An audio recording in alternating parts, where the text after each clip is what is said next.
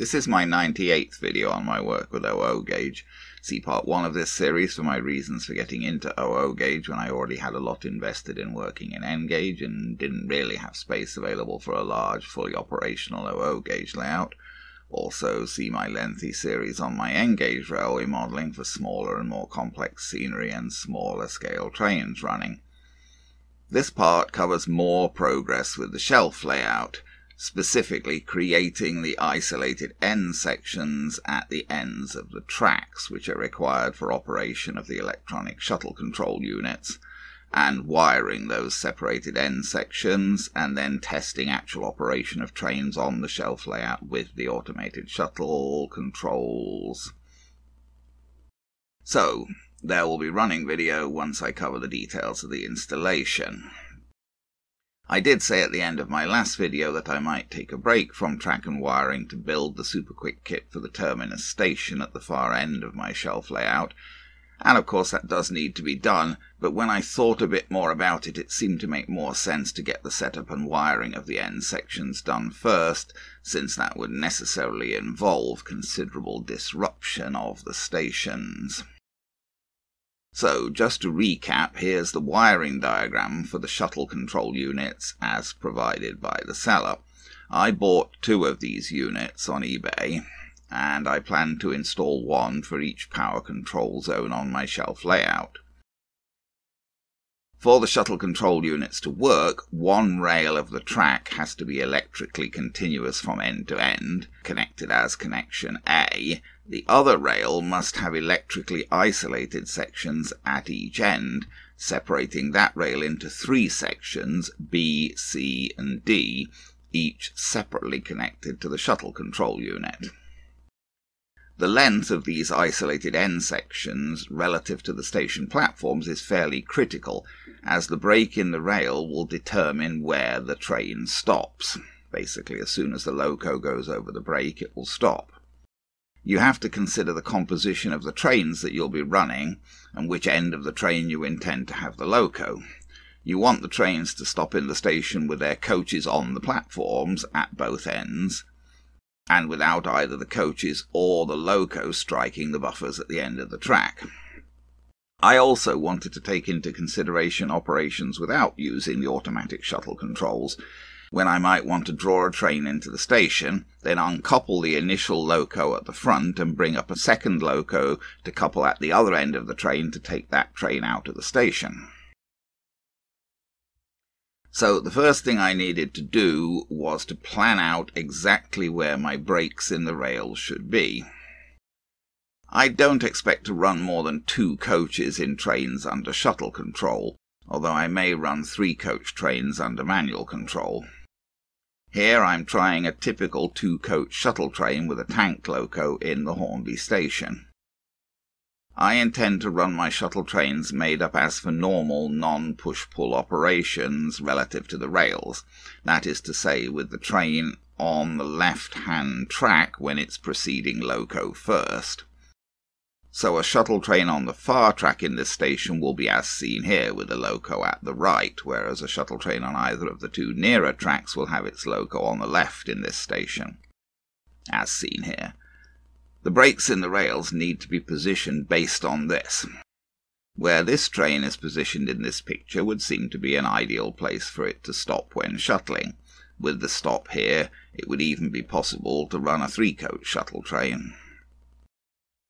So, if I want the train to stop here when shuttling, where do I need to have the break in the rail? Well, the loco won't travel far once it crosses the break in the rail, so it seems that it would be good to have the break just in front of the loco's current position, where, as it happens, there's already a join in the track. So I can make this break simply by changing out one of the fish plates in that join for a plastic isolating fish plate. Actually, it's a bit misleading to say one of the fish plates. All of the breaks must be in the same rail, and the sections must be connected up to the shuttle control unit in exactly the right order. I decided that I would make all of my breaks in the rails furthest from the wall, so the rail closer to the wall would be continuous. This would make the isolated sections at the end with the Hornby station the B sections. So it is the nearer fish plate as seen here that must be replaced with a plastic one. When the train on that track gets to the station at the other end, it will of course be coming in loco first, so the break in the rail there needs to be set with that in mind, as seen here. I could stop the train here if I'm sure I will only be using 2-coach trains under shuttle control. That would position the coaches on the platform, whilst leaving plenty of room between the loco and the buffer at the end of the track. Another consideration is that I may have larger locos in the station under manual control, and I would want the isolated zone to be large enough to ensure that all of the pickups of a larger loco would be isolated, so I would be able to turn off the power to the isolated section and leave that loco in the station. I'm not really going to be able to get into completely isolated sections with the roof in place, so it's going to have to be removed, and probably also the near platform, although the roof's never been installed permanently anyway. I marked behind the loco's wheels where I wanted to make the break in the rail. Since there's no join in the track here, I will have to cut the rail. I could have made the loco stop closer to the buffers, so allowing for 3 coaches behind it, but then the isolated zone would only be big enough to contain a small tank engine. For the other track of this station, the loco will be at the other end of the train, so the break in the rail needs to be right out at the end of the platform. I figured it should work okay if I made the break using a plastic fish plate on the near rail in the join seen here just at the end of the platform. For this track in the Hornby station, the train will come in loco first, as seen here. Since this track runs for a bit further along the platform, I can afford to have the brake further down and still have room in the isolated zone for a tender loco with pickups on both loco and tender. So I marked the position for the brake here behind the loco's wheels. Again, this rail will have to be cut. Much the same consideration applies to the middle track in this station, although there's a bit less room here. The brake needs to be further back as the track buffer isn't as far to the left. I needed to remove the roof to do this work. And then I also removed the near platform. I measured the distance from the buffer to ensure that I was leaving enough space for a tender loco. Then I marked the position for the break in the rail, which will again have to be cut. Having determined where I intended to have all of my breaks, I proceeded to create them, starting with the 2 that could be made using plastic fish plates. I separated the tracks outside the far station and replaced the fish plate on the rail furthest from the wall with a plastic one. Then I rejoined those tracks, creating the isolated section. I did the same thing for the track nearest the wall in the Hornby station, replacing the fish plate on the rail furthest from the wall with a plastic one. For my remaining breaks, I needed to actually cut through the rails, which I did using a fibre cutting disc in a rotary tool. Here's one break in the Hornby station. Not quite good enough actually, but I didn't see that with my naked eye. And here's the other break in the Hornby station. This one is pretty clean. And here's the break in the far station. At this point I ran into another problem. I noticed when I was running the old Triang push-pull coaches back and forth on the shelf tracks as part of this setup process, that they bounced and rocked terribly every time they went over one of the pico points, often derailing. This would clearly make using them on the layout pretty much impossible. I checked the wheels on these coaches and found that the gauging was terrible. Not just a bit out, it was nowhere close to correct. The back-to-back gauging on this coach was only about 12 millimeters as opposed to the 14.5 it should have been. This meant that the wheels couldn't go through the guide rails on the pico points at all, and so were being knocked completely up off the rails when the coach passed over those guide rails. The wheels on these coaches weren't easy to re-gauge. The wheels were plastic, and basically a continuous plastic axle connected one wheel to the other. Then there was a metal axle that ran across inside the plastic part and fitted into the bogie on either side to pivot the wheels. The only way I was able to re-gauge the wheels was to cut through the middle of the plastic part using a Dremel tool and then a little saw, so that I could then force the wheels further apart on the metal axle. This was not easy to do. And when the wheels were pushed far enough apart to provide something close to proper gauging, they were basically rubbing against the bogies on the outside and didn't turn well. I did my best to get something like proper gauging whilst still being able to turn the wheels. This was the place on the Pico points where the gauging gave trouble. If the insides of the wheels were too close together, they simply wouldn't be able to run over those inner guide rails, and the whole bogie would be kicked upward off the track. I did my best with all of the wheels on the old Triang coaches to adjust the gauging so that they would run over the Pico points.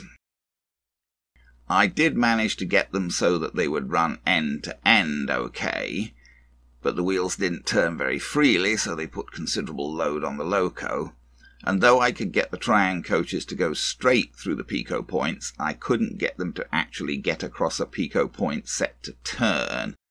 The Triang coach simply derailed every time when trying to turn over the Pico point. Having created the breaks in the rails to make the isolated sections, I then needed to connect feed wires to those end sections. They weren't going to be any good being simply isolated and never powered, so I powered up my hot cutter again to make holes through the shelving for the wires. I will say making holes through foam with a hot cutter is a lot easier and less messy than drilling holes through whatever material. I used the hot cutter to make holes for the wires in each of the positions. Here's the hole between the tracks in the fire station. Next it was back to the bench for a soldering session. I cut lengths of wire, tinned the ends, and soldered on fish plates. There's a train going by outside, so you get a bit of background noise now. Even though my camera didn't focus on the fish plate here, I think you can still see how I've soldered the wire to the fish plate and trimmed the end to make a neat connection. This isn't difficult to do, as the fish plates take solder well. That was a very small train that just went by. Here at the end of the Hornby station, I've passed two wires through the shelving and connected their ends to the rails using the soldered-on fish plates. There was rather a shortage of space, so I cut grooves in the side of the end platform to allow it to sit flat over the connecting fish plates. I connected wires to the end of the rails in the fire station. In this case I had to use a long stretch of double wire, which then had to be passed all the way round under the shelf. I tidied up and replaced the buffers on the tracks. This, of course, is where the Superquick terminus building is intended to go. I used staples in the wall to pass this wire all the way round, as this was easier than trying to struggle with hooking yet another wire through the shelf brackets. All of the wires required by this layout pass round to the end under the Hornby station and then come down. I was just working it out, and I used close to 500 feet of wire on this layout. Having made the isolated sections and wired them, I figured that I might as well test the shuttle units on the layout. I still wasn't really ready to install them in the way that I'd like to, as that will require some fairly fiddly work building a moderately complex control panel, and I'm still struggling with some ideas about that, but I thought that I might as well just hook up a shuttle unit on a temporary basis and see how it worked on the layout. And the working on the layout certainly was a bit different to working on my little test track. Here's a shuttle unit connected up to my Morley controller and to the various sections of one of the tracks, ready for some initial testing. So now let's proceed to video of the shuttle operation testing on the layout. So, now I've got my isolated end sections on the shelf layout. The inner rails of each of those three tracks there are isolated in that station, and back and over in that station the inner rails of those two tracks are isolated. The stations are kind of pulled apart because I needed to take the platforms and the roofs off in order to get at the rails to create the isolated sections, and I haven't put them back together yet. What I have done is I've run all the wires round to here, and it's a bit of a mess, and it's probably going to stay mostly a mess. Maybe I'll tidy it up a little bit. And for now, temporarily, the first thing I've done is I've connected the wires for one track, just the outside track, up to one of the shuttle control units. This is not remotely how it's supposed to be done in the long term. I want to have the shuttle control units mounted on a control panel and be able to switch them in and out. But since I got the isolated units and their power feed wires in, it kind of felt that the most exciting thing to do next would be to actually test the shuttle control unit on the real layout. And as I've also said earlier in what I expect, well, when will be this video when I edit it together, I've also fixed up these old try and push-pull carriages to re-gauge the wheels so that now they can actually go over the pico points on this layout without derailing every time they go over the pico points. Although this has made them rather balky to run, so the poor loco has a bit of trouble running them. Okay, so I've now got everything hooked up, so I'm now going to try and supply about 70% power to the outer track and see what happens. Famous last words. And initially nothing much happens.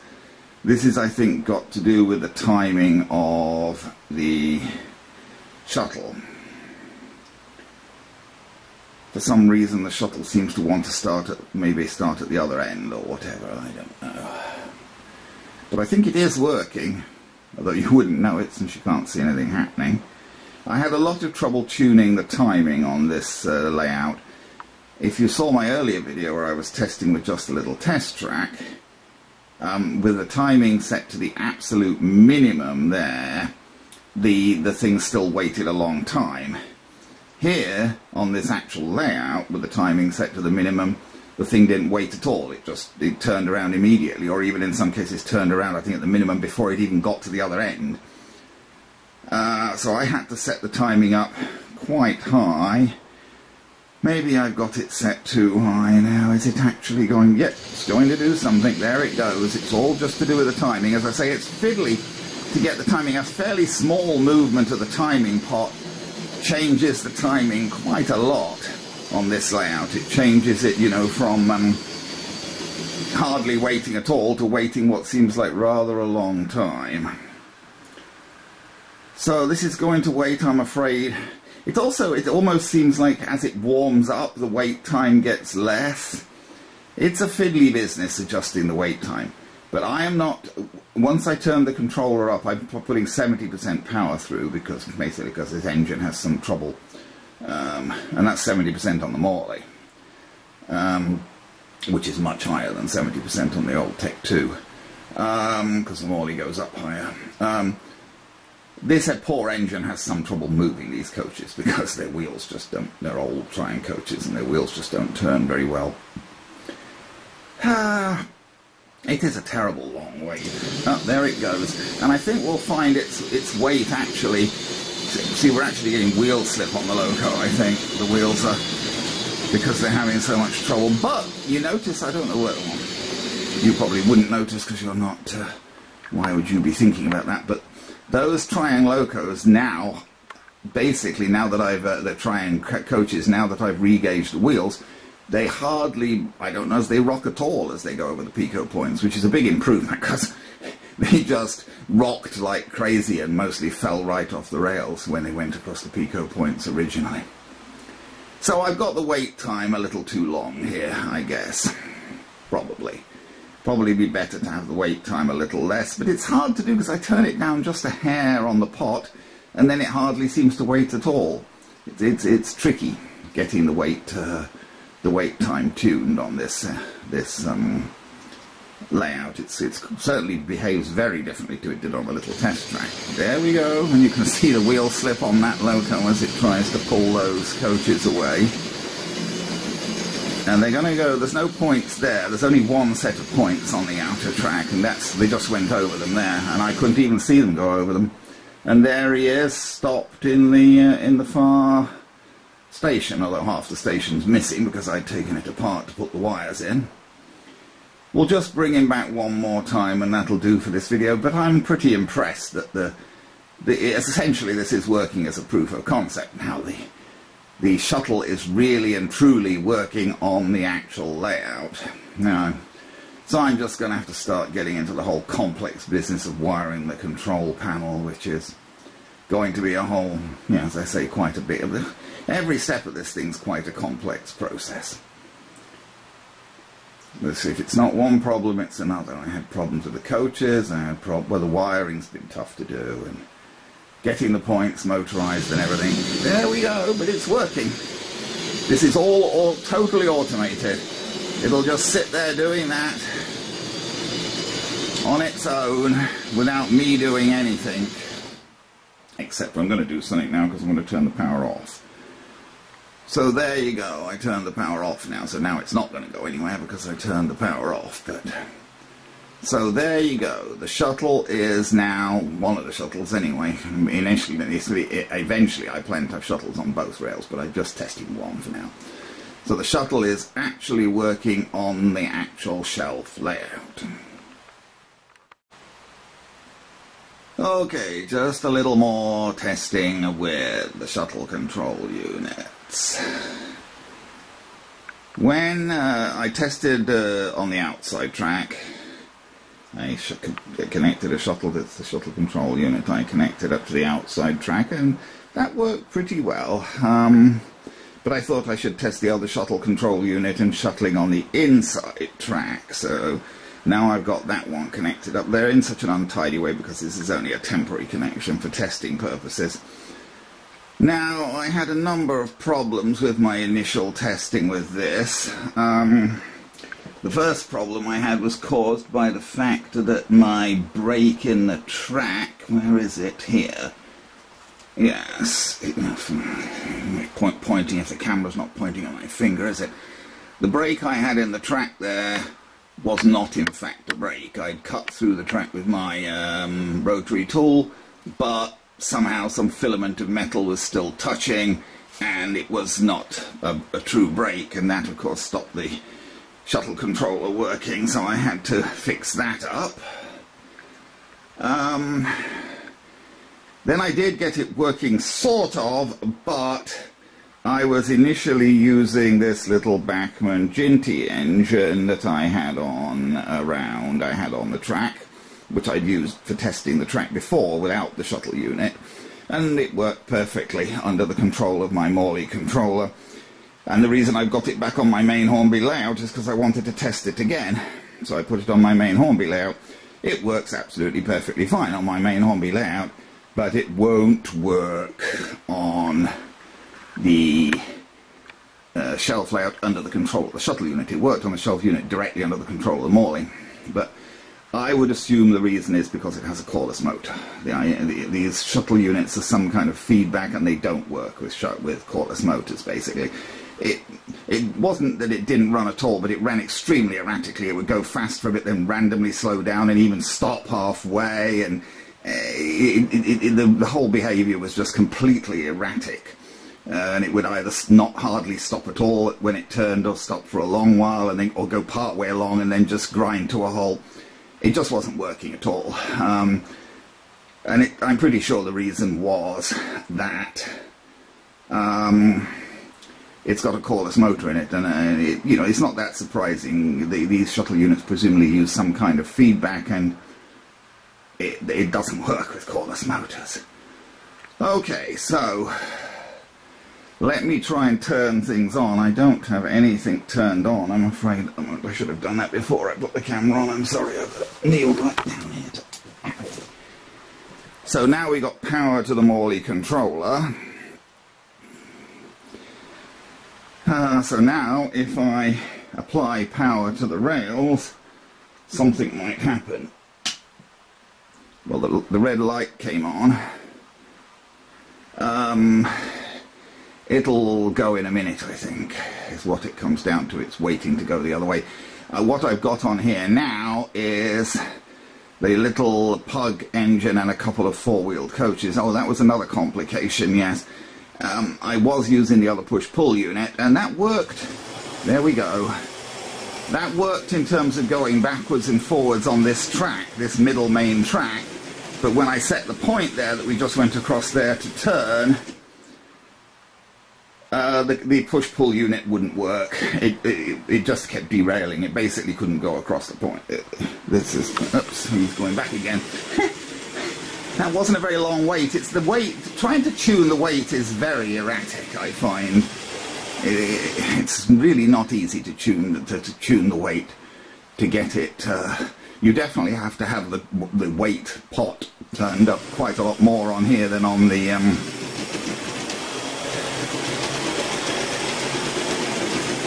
test track. But how much? Now, what I'm going to do now is when he stops in there, I'm going to quickly come down here and throw the point. So hopefully when he starts to go back, he'll go round the point, see, onto the other track. Now that's exactly what I couldn't do with a push-pull unit. See, he's on the other track now. He's shuttling still, but he's shuttling on the outer track. The problem is, when he does that, there's a point that he turns on in the middle, and the push-pull unit, just the old try-and push-pull unit, just couldn't cope with it. It would run, as I say, when it was going through that point straight, but when it was going through that point and trying to turn on the point, every time the engine tried to pull it through the point, the turn of the point, the try-and push-pull unit would derail. So if I want to run a shuttle unit turning on that point, I'm going to have to use something other than the try-and push-pull unit, I'm afraid. I could use the try-and push-pull unit for shuttling. We could do with a bit more weight, obviously. The wait time needs turning up a teeny bit more for this combination, this engine on this track. But anyway, for this demonstration purpose, it's not so bad that the weight is fairly short. Let's put the point straight again. Put the point straight after he'd started to move there, but so long as he's not actually on the point, that shouldn't matter. And there he goes, and that'll do for now, I think, for demonstrating this.